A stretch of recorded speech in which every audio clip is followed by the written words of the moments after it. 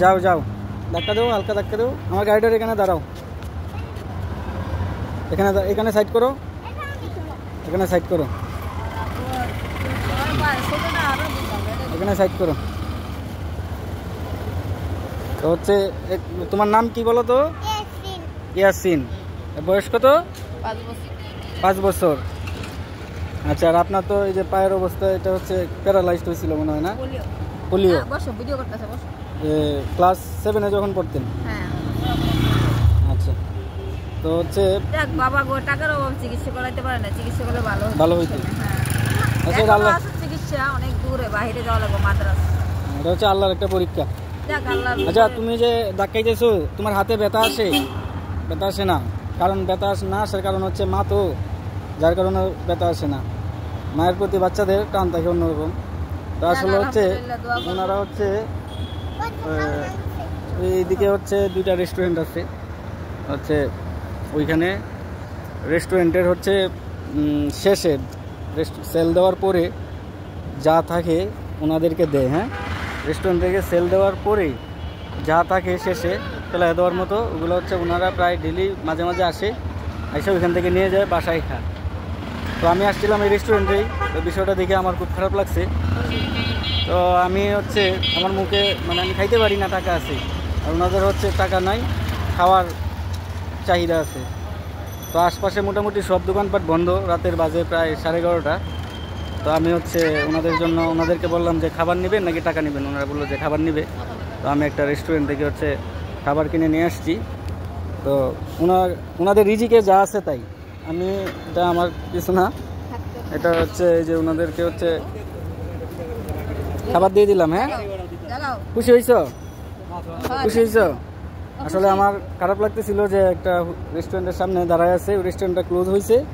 তো ওনাদেরকে দেওয়ার মতো রেস্টুরেন্টে অবশিষ্ট কিছুই ছিল না নাকি, আজকে তো আর পান নাই। তো এই বিষয়টা আমার খুব কষ্ট লাগছে, আর বিশেষ করে বাচ্চাটা আমার বাচ্চার বয়সী, এই জন্য আরও বেশি কষ্ট লাগছে। তো আমি আমার সাইড থেকে আমি চেষ্টা করি, যতটুকু পারি চেষ্টা করি। আপনারা তো দেখেন আমার ভিডিও, তো আপনাদের আশপাশে পড়লে, এরকম অসহায় মানুষ পড়লে আপনারা যতটুকু পারেন চেষ্টা করবেন। তো আন্টি, মোটামুটি আমি এখানে একটা যা দিছি আপনারা মিলে দিলে বাসায় খাই নেন, ঠিক আছে? তো টাকা পয়সা পাইছেন কিছু? আচ্ছা, যা পাইছেন আলহামদুলিল্লাহ। হ্যাঁ, তো আপনার এটা লজ্জার কিছু না, যেহেতু আপনি ডিজেবল, আপনার পায়ে সমস্যা, আপনি তো আর কাজকর্ম করতে পারবেন না, সেহেতু আমরা আপনার ভাই, ঠিক আছে? তো ভাই বোনকে দিলে এটা ভিক্ষার পর্যায়েও পড়ে না, ঠিক আছে? তো আমরা আপনার জন্য দোয়া রাখবো। আপনার মতো যারা আছে বোনেরা অসহায়, তাদের প্রতি আমাদের ভাইদের দায়িত্ব আছে। আর এই বাচ্চাটার হচ্ছে দেখেন কত সুন্দর একটা বাচ্চা। তো আপনার কাছে আমার একটা রিকোয়েস্ট, আপনি তো ক্লাস 7 পর্যন্ত পড়ছেন, হ্যাঁ? আপনার বাচ্চাকে 7 বছর হইলে অবশ্যই প্রাইমারি স্কুলে ভর্তি করাবেন।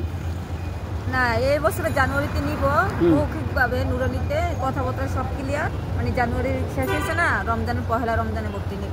আচ্ছা, তো পড়ালেখা করাইবেন? হ্যাঁ, কারণ হচ্ছে কি, গোবরে কিন্তু পদ্ম ফুল ফুটে, অবশ্যই বুঝছেন? আপনার ছেলেটা যদি মেধাবী হয়, পড়ালেখা করে, তাহলে ওর ভবিষ্যৎ হয় করতে পারবে। আপনি আর কয়দিন খাওয়াবেন? আপনি তো নিজের পেটে চালাইতে পারেন না। তো আপনি যদি স্কুলে মাদ্রাসায় ভর্তি করে দেন, অনেক মানুষ আছে, ভালো মানুষ আছে ঢাকা শহরে, কেউ না কেউ আগে আসবে। যেমন আমি যতটুকু পারছি আমার সাইড থেকে আমি চেষ্টা করছি, আমার থেকে অনেক বড় লোক মানুষ আছে, এদের সামনে পড়লে আর পড়ালেখা করলে সবাই আগে আসবে, বুঝছেন? তো আমার রিকোয়েস্ট হচ্ছে, আপনার বাচ্চার বয়স হচ্ছে 2.5 বছর, বুঝছেন? আর আপনার বাচ্চার বয়স হচ্ছে 5 বছর। তো আমার বাচ্চা তো না চাইতেই পায়, আর আপনার বাচ্চা অনেক কিছু চাইলেও আপনি দিতে পারেন না। তো এটা আপনার মনে একটা কষ্ট আছে, তাই না? তো আপনার থেকেও কিন্তু আরও অসহায় মানুষ আছে, চোখ নাই, হ্যাঁ, কথা বলতে পারে না, তারা তো আরও কষ্ট। তো আল্লাহ যেভাবে রাখছে এটাই শুকরিয়া, ঠিক আছে? তো হচ্ছে, আর মানুষ দুনিয়াতে হচ্ছে একটা পরীক্ষা। হ্যাঁ, তো আল্লাহর উপরে বিশ্বাস রাখবেন, ঠিক আছে? আর সন্তানকে অবশ্যই মানুষ করবেন, এটা হচ্ছে আমার রিকোয়েস্ট। হ্যাঁ, তারপরও বলি, আপনি তো এটা হ্যাঁ রেকর্ড হইতেছে। কোনো মানুষ আমাকে ব্যবসা করার জন্য যদি সাহায্য সহযোগিতা করে, তাই আমি একটা বসার ব্যবসা করবো, যেটা কাপড়ের ব্যবসা বলে। আমি এটা আগে করছিলাম, আমি 25 বছর ঢাকা শহর, কিন্তু আমি কোনোদিন রাস্তায় হাত পাতি নাই। আপনারা মূলধন দিলে, চালান দিলে আপনি করতে পারবেন? হ্যাঁ, ইনশাআল্লাহ পারবো। কত টাকা লাগবে? এটা প্রায় 60 থেকে 70,000 টাকা লাগে। এটা তো অনেক বেশি টাকার বিষয়। আচ্ছা তো আমি কেন যে প্রতিদিন গাড়ি ভাড়া দিয়ে তো আমার মাল আনা পক্ষে সম্ভব না, আমার পক্ষে সম্ভব না। যদি একদিন মাল আনলাম 15 দিন বিক্রি করতে পারি, তো 15 দিন বিক্রি করলে যে সেলটা আসবে ওটা দিয়ে আমার ছেলের খরচা আমার হয়ে যাবে। আচ্ছা, তো আমি চেষ্টা করব, আমি পার্সোনালি যতটুকু পারি আর আপনার সাথে আমার আমি যদি কারো কাছ থেকে হেল্প পাই আমি তো পার্সোনালি চেষ্টা করব, যদি পাই আপনার যদি ওরকম একটা ফান্ড গঠন করতে পারি আমি অবশ্যই আপনাকে খুঁজে আমি বের করব।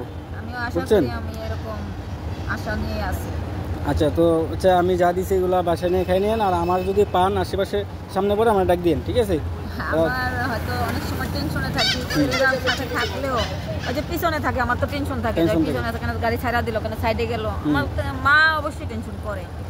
তারপরে 2টা বাচ্চা 2 জায়গায় বাবার সাথে একটা থাকে, দেখবেন একটা রিক্সাটা বাচ্চা নিয়ে ঘুরে দেখছেন মানে দেখছি এই বাচ্চারাই আমার খুলে নিয়ে ঘুরে রিক্সার মধ্যে বসায় বেল দিয়ে গাড়ি চালাইলে বসায় রাখি, কেন আমার কাছে 2টা বাচ্চা রাখা সম্ভব না। তো এখানে দেখেন প্রতিবন্ধকতাটা কত চ্যালেঞ্জ, ওনার হচ্ছে যে অবস্থা দেখেন, উনি হচ্ছে বাচ্চা পালার মতো ওনার এবিলিটি নাই, তারপরেও আল্লাহ ওনাদেরকে 2টা বাচ্চা দিছে।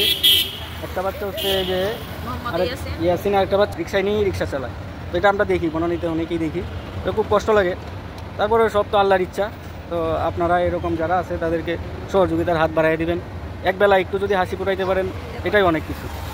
তো অনেক অনেক ধন্যবাদ। যদি এমন কোনো দয়াবান ব্যক্তি থাকে তা আমাকে যদি হেল্প করে, আমি ব্যবসা করবো। আমার ব্যবসার আমার টেলার্সের কাজও আমার শিক্ষা, ঠিক আছে? আমি অগ্রদূতে অনেকটি শিক্ষা দিয়েছি, যেমন প্রতিবন্ধের মানব অধিকারে আমি পরীক্ষা দিয়েছি, তাতেও আমি পাস করছি, ঠিক আছে?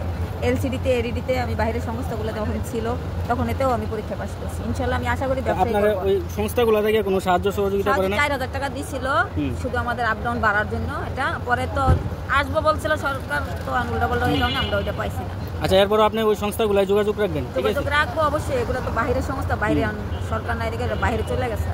আচ্ছা, এগুলো আবার আসবে, তারপরে আপনি যোগাযোগ অবশ্যই রাখবেন। হ্যাঁ অবশ্যই। আর আমরা তো আছি, আপনার ভাইয়েরা এরকম আমার মতো আপনার অনেক ভাই, আপনার সাথে দেখা হবে, ঠিক আছে? তো অবশ্যই একটু যদি খেয়াল করেন, মনে করেন 10-এর লাঠি 1-এর বোঝা, আমার বোঝা, আমি হয়তো আপনার হাত না দিলে আমি দাঁড়াইতে পারি না, এমনকি ওয়াশরুমে যাওয়ার মতো আমার শক্তি নাই গা। আমার হাজবেন্ড কোলে করে নেয়, এত কাঁচা বাজারে প্রায় লোকেই দেখে আমার কোলে করে নেয় কাঁচা বাজারে, আমি ওয়াশরুমে যাই বেশিরভাগ, সুপার মার্কেটে কম যাই। যাই হোক, সবাই যদি একটু অগ্রাধিকার নিয়ে যদি প্রতিবন্ধীর দিকে শুধু তাকায়, তাই প্রতিবন্ধীরা কিন্তু কষ্টে থাকে না। কিছু কিছু প্রতিবন্ধীরা শিক্ষিত, ব্যবসা করে বা রিক্সা চালায়, এখন বর্তমানে রিক্সা চালায়। তো আমি মেয়ে মানুষে একটা রিক্সা চালানো আমার পক্ষে সম্ভব না। অনেকে বলছিল যে চালান শিখ, চালান। আমি চিন্তা করলাম একটা মেয়ে মানুষ হয়তো অন্যটা কেন চাক্কায় প্যাঁচ খাইলো, তখন কিন্তু আমার একটা অ্যাক্সিডেন্ট হবে। তার থেকে আমি একটা বসার মতো ব্যবসা যদি শিখি বা শিখছি বা করছিলাম, যে কোনো কারণ করতে ওটা সাইডা দিকে বাধ্য হয়েছিলাম, আমার আর্থিক অবস্থা খারাপ। আমি হচ্ছে পার্সোনালি চেষ্টা করব ওনার একটা বিজনেসের জন্য একটা ফান্ড গঠন করার জন্য, দেখি আল্লাহ কতটুকু প্রফিট দেয়। আপনারা দোয়া রাখবেন।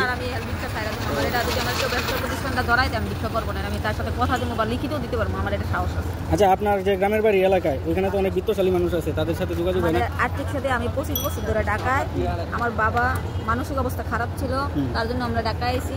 বড় ভাইরা ব্রেন টিউমার 2বার অপারেশন করছি, 7 লক্ষ টাকা সাহায্য তুললাম। বড় ভাই অচল, আমার থেকেও আমার বড় ভাই অচল। আর ছোটো ভাইটা অনার্স কমপ্লিট করে বর্তমানে পার্সোনালভাবে একটু চাকরি করে, দেখুন আমার মাকে দেখে, আমার ভাই ভাইয়ের মেয়েকে দেখে। একটা ভাই কাজ করে 5 জন মানুষ খাওয়াইয়া, তখন আমাকে কিভাবে দেখবো সে? তার জন্য আমি এই রাস্তায় হাত করতে বাধ্য হয়েছি, কেননা আমার স্বামী অসুস্থ হওয়ার কারণে এই আমি হাত করতে বাধ্য হয়েছি, নাহলে আমি কোনোদিন বাইরে নিই। আমার কেউ চেনে না, আমি ব্যবসা করছিলাম আগে, সবাই চিনে আমার। আচ্ছা, তো ইয়াসিন, তুমি স্কুলে যাইবা না? স্কুলে যেতে মন চাইতো? মাদ্রাসায় মাদ্রাসায় যাইবা, ঠিক আছে? পড়াশোনা করবা, যদি পড়াশোনা করো তাইলে যে আমার মতো এরকম হইতে পারবা। হ্যাঁ, এরকম আমার মতো বড় হইতে পারবা, মোটরসাইকেল থাকবে, ঠিক আছে? তোমার চাকরি থাকবে, ব্যবসা থাকবে, তোমার আম্মুকে নিয়ে সুখে থাকবা, ঠিক আছে? হ্যাঁ, আচ্ছা, আলহামদুলিল্লাহ। দোয়া করবেন, বলো দোয়া করবেন আপনারা সবাই। দেখেন কি মাসুম চেহারাটা। আচ্ছা, তো এখন কোন দিকে যাবেন? আমি এদিকে যাবো, বাচ্চার বাবা। আচ্ছা, বাবা এদিকে আছে? ওই মোড়ে আছে, যাইবেন? আচ্ছা, ঠিক আছে, তাহলে এই যে চার দোকানটা আছে না, কোনায় আগুন লাগলো না কালকে? হ্যাঁ হ্যাঁ, ওই কোনায় বসে আছে, যাবেন? যান, চলেন। আচ্ছা, দেখেন হচ্ছে অসহায় মানুষ, আসলে এগুলো হচ্ছে আল্লাহর পরীক্ষা। তো এই যে বাচ্চাটা আমার বাচ্চার বয়সী, আমার বাচ্চা থেকে একটু বড়, তো ওরা জিজ্ঞেস করলাম যে তোমার হাত ব্যথা করে কিনা, ওই বললো যে ব্যথা করে না। ব্যথা করে, কিন্তু ওর মা কে বইতেছে, তো ওর মা তো কারো বোঝা না, তো ওই বাচ্চাটা আল্লাহ এরকমভাবেই ঘুরে উঠাক, আল্লাহ তার মনটার মধ্যে এরকমই রাখুক, তার মা যেন কখনো তার কাছে বোঝা মনে না হয়।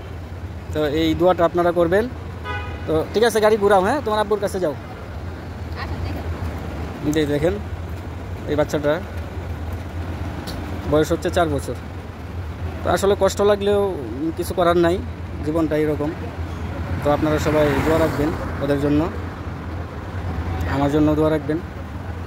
তো আচ্ছা, জীবন কখন কোথায় মানুষকে নিয়ে দাঁড় করায় তা বলা যায় না। ওই মহিলা ছিল হচ্ছে ক্লাস 7 পর্যন্ত পড়ছে। তো ওনার বাবার টাকা পয়সা থাকলে হয়তো ওনাকে চিকিৎসা করে ভালো করতে পারতো। তো সবাই ভালো থাকবেন, আল্লাহ হাফেজ।